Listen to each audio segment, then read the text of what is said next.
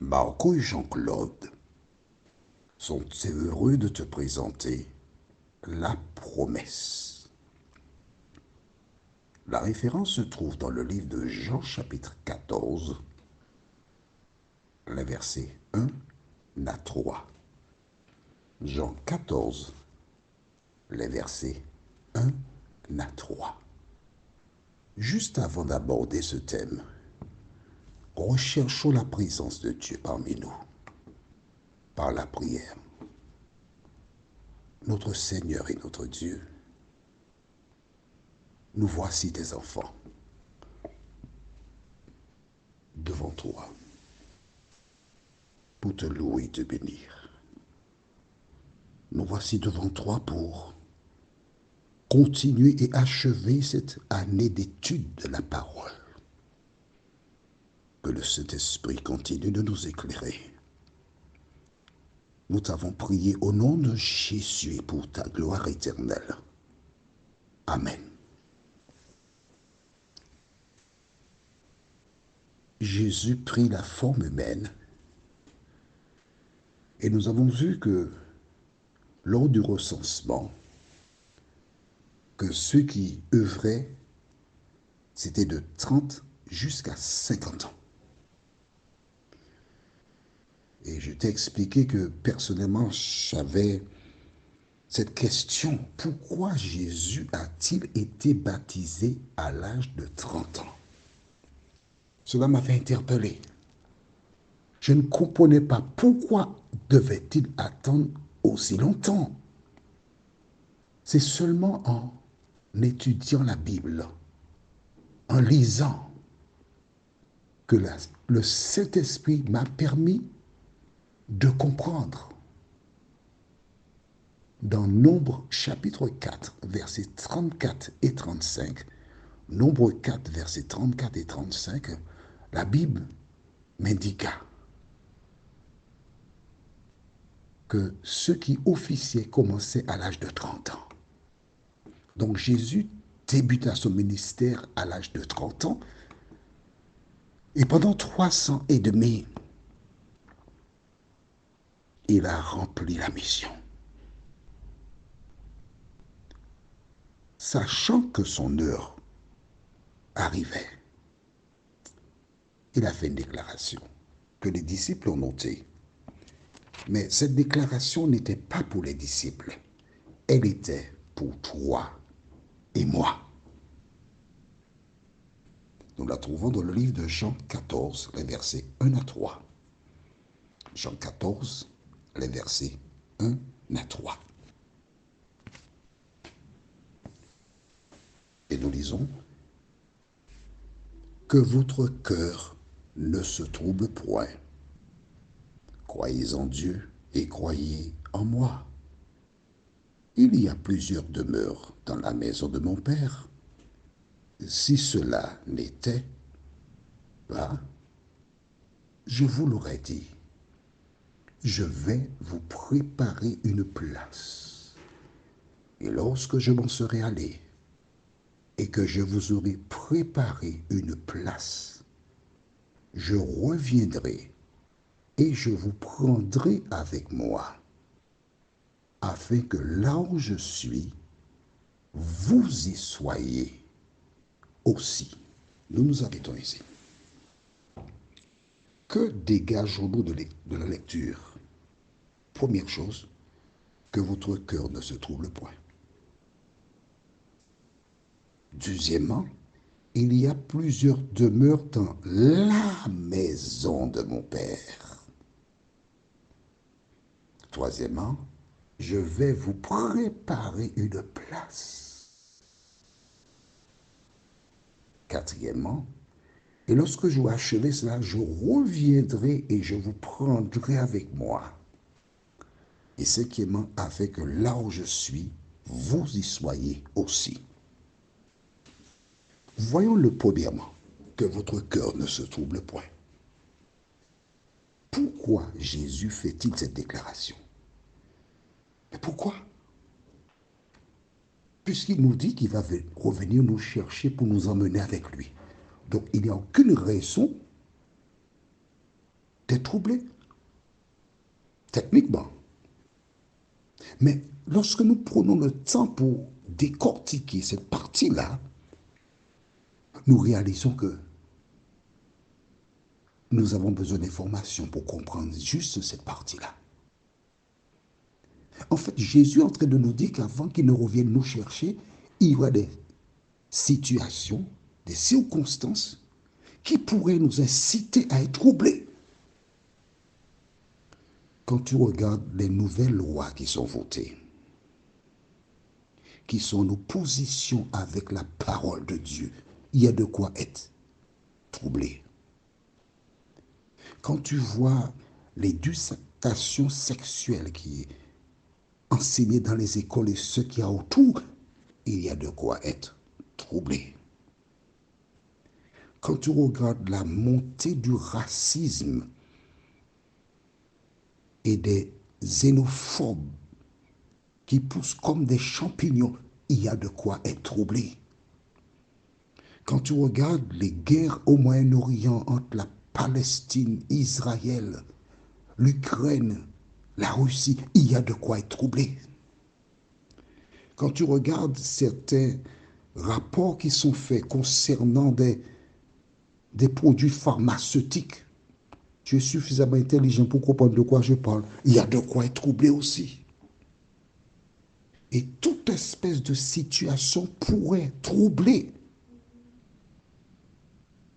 certaines personnes. Mais ceux qui ont placé leur espérance en Jésus n'ont aucune raison d'être troublés parce que Jésus a dit que votre cœur ne se trouble pas. En fait, il faut que toutes ces choses arrivent parce qu'elles annoncent que Jésus revient bientôt. Le deuxième point. Bien sûr, Jésus nous demande d'avoir la foi quand il dit croyez en Dieu, croyez en moi. Le deuxième, il y a plusieurs demeures dans la maison de mon Père. Aïe, aïe, aïe, c'est intéressant ça. Jésus est monté et il nous dit qu'il y a des demeures dans la maison de son Père. C'est-à-dire qu'il y a des demeures qui sont là-haut. Et qu'on va habiter dans les demeures qui sont là-haut. Comment ces demeures sont-elles réalisées? J'ouvre une parenthèse que je referme tout de suite. J'ai lu dans un livre un jour que c'est en fonction de ce que tu fais sur terre, que tu donnes, que des maisons sont créées en fonction de ta générosité. Et l'on pourrait penser qu'il y a une partie de vérité dans cela. Rappelle-toi, quand le jeune homme riche, Jésus lui a dit, va, vends tout ce que tu as, donne-le aux pauvres, et tu auras un trésor dans le ciel. Jésus ne ment pas. Jésus indiqua à ce jeune homme qu'en fonction de ce qu'il fait sur terre, il y a un trésor qui l'attend dans le ciel. Nos investissements sur terre sont en fait un placement dans la banque de Dieu. Et nous récolterons ce que nous avons donné sur terre. Alors, toutes ces personnes qui donnent à Dieu le superflu auront peut-être la surprise de découvrir qu'elles ont une toute petite maison sans porte, sans fenêtre. Bien sûr, on n'aura pas de porte-fenêtre puisqu'il n'y aura pas de voleur, d'accord? Mais il y a une relation de ceci et cela. Je me base sur la parole de Jésus qui a dit à cet homme, va vendre tout ce que tu as, donne-le aux pauvres et tu auras un trésor dans le ciel. En quelque part, Jésus indique qu'il y a un investissement. On est d'accord, toi et moi? Bien. Il a dit, je vais vous préparer une place. Et lorsqu'il aura achevé ça, il reviendra nous chercher. Et il nous ramènera avec lui où? Là où il a été préparé une place pour nous. Et il achève en disant, afin que là où je suis, vous y soyez aussi. Pourquoi? Car là où se trouve Jésus, il n'y a ni maladie, ni mort, ni injustice, ni méchanceté. Il y a la paix pour l'éternité. Toi qui m'écoutes là aujourd'hui, que fais-tu de cette invitation de Jésus? Es-tu disposé à répondre à son appel? Es-tu disposé à dire, Seigneur, je veux faire partie de celles et ceux qui ont placé leur espérance en toi et qui un jour hériteront la vie éternelle? Si c'est ton cas, tu sais ce qui te reste à faire. L'accepter comme sauveur, lire la parole, la mettre en pratique. Puis il y a aussi deux, trois petites choses, mais c'est quelque chose que nous pourrons parler, toi et moi. Mon numéro de téléphone, je te le donne avec plaisir. Plus 596 696 88 93 93. Il me tarde de recevoir un message de toi. En attendant, je voudrais te dédier une chanson. Le titre, c'est La trompette a retenti. La trompette a retenti. Écoutez, écoutez. Du ciel résonne ce cri. Le Seigneur revient. Ô toi qui sommeille, écoutez, écoutez, viens et te réveille. Le Seigneur revient. Mon ami, quel bonheur d'avoir nos noms inscrits dans le livre de vie. Quel bonheur de savoir qu'un jour Jésus reviendra chercher ses enfants.